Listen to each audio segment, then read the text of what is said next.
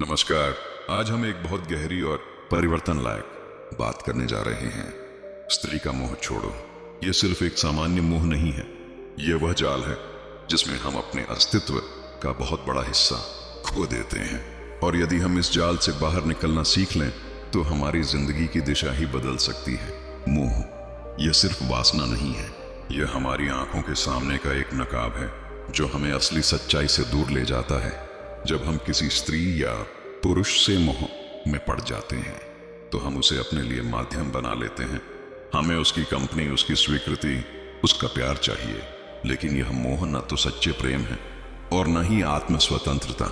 ओशो कहते हैं कि संलग्नता और वचनबद्धता एक ही सिक्के के दो पहलू हैं। संलग्नता, अटैचमेंट का मतलब है कि हम उस व्यक्ति को अपने लिए उपयोग कर रहे हैं। यह मैं उसे चाहता क्योंकि मुझे उससे कुछ मिलता है, ये मोह है। वहीं वचनबद्धता, कमिटमेंट प्लस अनासक्ति, नॉन अटैचमेंट का मतलब है उस व्यक्ति को लक्ष्य मानना, उसे अपने जीवन का एक अंत मानना, लेकिन उसे स्वार्थ के लिए नहीं बल्कि उसके अपने अस्तित्व और उसकी स्वतंत्रता के लिए सम्मान करना। मोह हमें बहुत गहराई से पकड़ लेता है।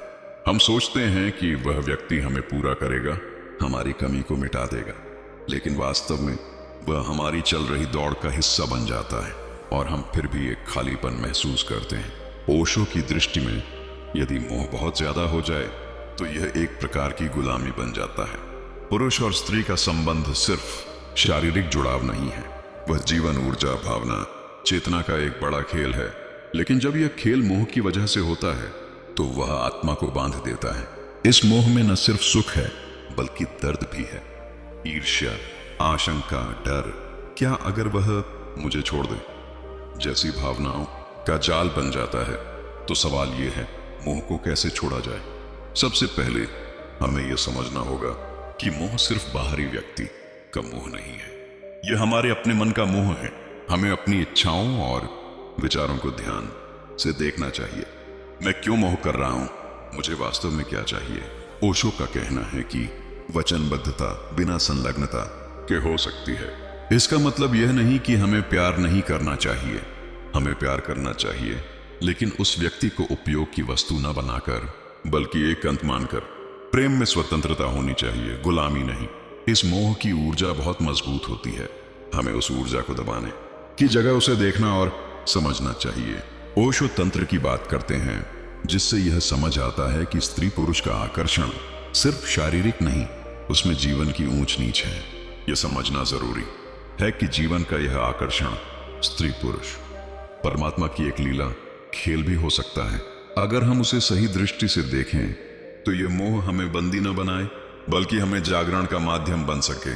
नियमित ध्यान, आत्मनिरीक्षण और साक्षी भाव, ऑब्जर्वर कॉन्शियसनेस, हमें इस मोह ऊर्जा को नियंत्रित करने में मदद करता है। जब हम अपने अंदर की इच्छाओं और भावनाओं को सिर्फ देखते हैं तो उनकी पकड़ कमजोर होती जाती है। मोह छोड़ने से हमें जो लाभ मिल सकते हैं वे सिर्फ व्यक्तिगत नहीं होते, वे आध्यात्मिक और जीवन परिवर्तनकारी होते हैं। सच्चा प्रेम, मोह के चक्र से बाहर आने पर हम प्रेम को एक शुद्ध रूप में अनुभव कर सकते हैं। उपभोग या स्वार्थ नहीं बल्कि सम्मान और गहराई के साथ। आत्मविकास, मोहित अवस्था में जीना आत्मविकास के मार्ग में बड़ी बाधा हो सकता है। अनासक्ति और जागरूकता हमें अपने वास्तविक स्वरूप तक ले जाती है। तो आज मैं आपसे यही कहना चाहता हूं, स्त्री का मोह छोड़ना आसान नहीं है लेकिन जरूरी है। यह छोड़ना हमारे अस्तित्व की गुलामी से मुक्त होने का पहला कदम हो सकता है। मोह छोड़ने का मतलब यह नहीं है कि आप प्रेम छोड़ दें, बल्कि आप उस प्रेम को एक ऐसे स्तर पर ले जाएं जहां वह आपकी आजादी, आपकी चेतना और आपकी आत्मा का हिस्सा बन जाए, न कि आपकी सीमित आवश्यकताओं का उपकरण। अगर हम इस दिशा में एक छोटा कदम उठाएं, आत्म जागरूकता, ध्यान और अनासक्ति, तो हमारी जिंदगी एक नई दिशा ले सकती है। और वही दिशा है स्वतंत्रता, शांति और सच्चा प्रेम की ओर। धन्यवाद इसे वीडियो को देखने के लिए। अच्छा लगा हो तो चैनल को सब्सक्राइब भी कर देना। मिलते हैं अगले वीडियो में।